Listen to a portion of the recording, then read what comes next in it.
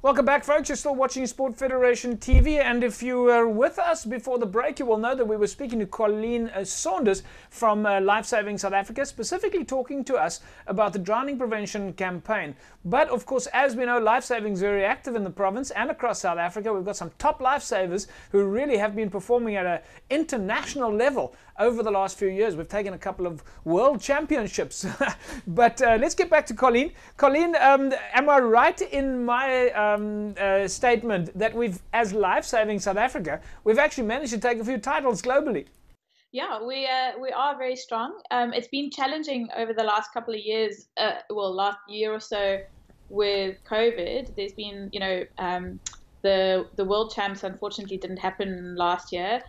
So I think our top athletes are itching to get back in the water and on the beach and the pool and to show what they're worth. Our big competitors are Australia and New Zealand, but we certainly hold our own, and we're up there. And I know our athletes are really, really pushing hard to get back on the international arena. Our national champs actually also had to get cancelled because of COVID, and they are coming up in October.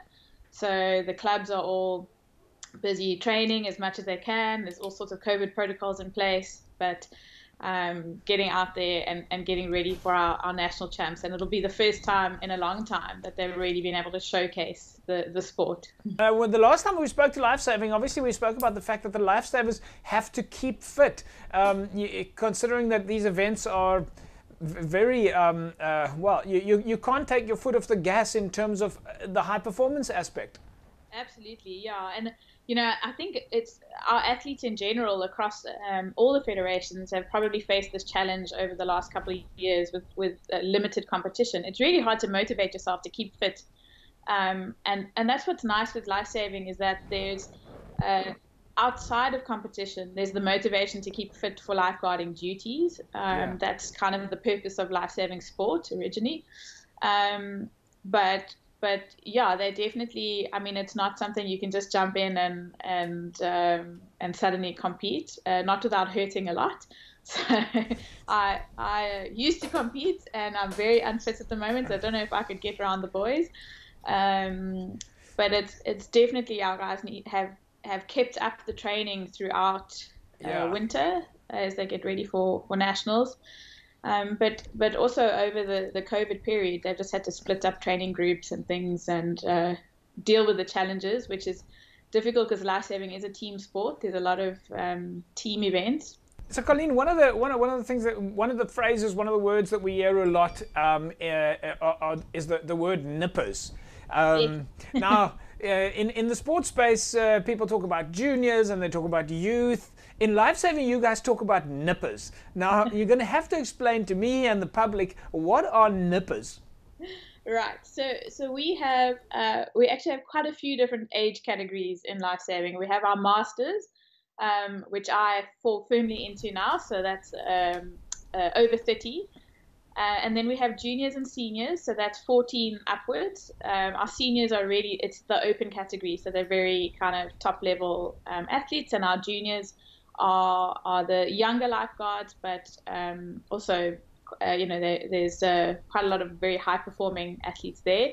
And then we have our nippers. So nippers starts at, I think, about the age of 8, and it's really it's a little bit less performance focused, although certainly in the higher age groups it gets very competitive.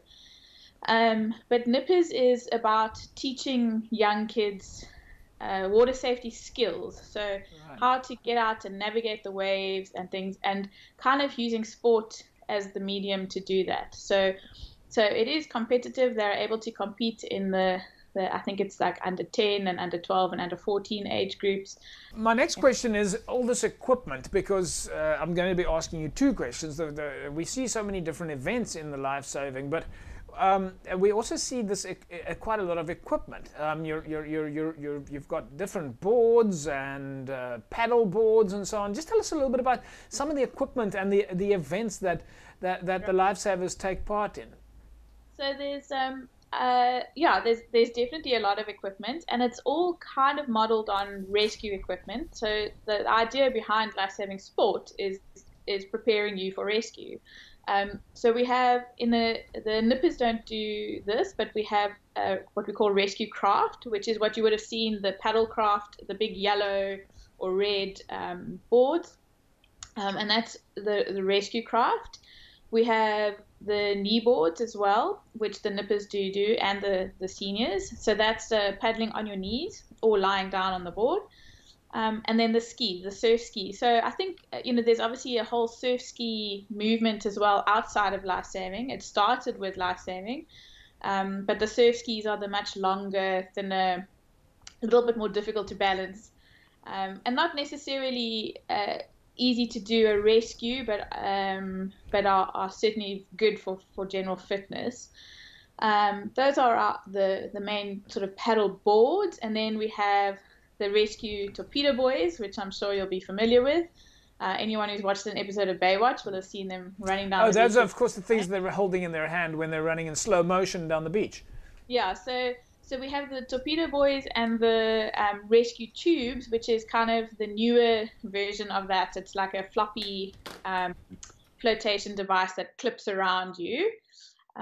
And so some of our sports events are around practicing those, not practicing, but competing in who can get out and get your patients rescued with a tube fastest. So talking about patients, is that one of the, I'm assuming that those basic skills such as CPR and other life-saving skills are taught, first aid to the lifesavers? Absolutely, yeah.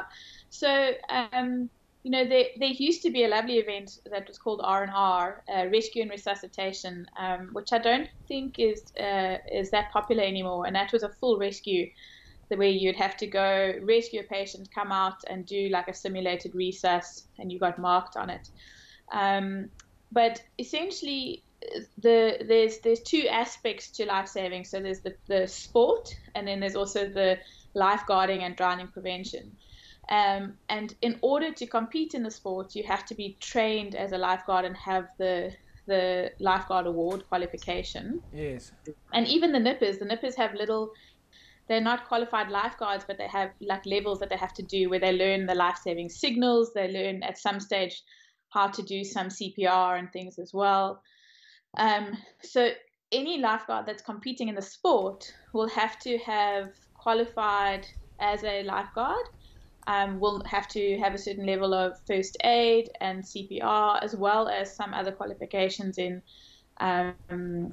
taking out the rescue boats and crewing those and driving those.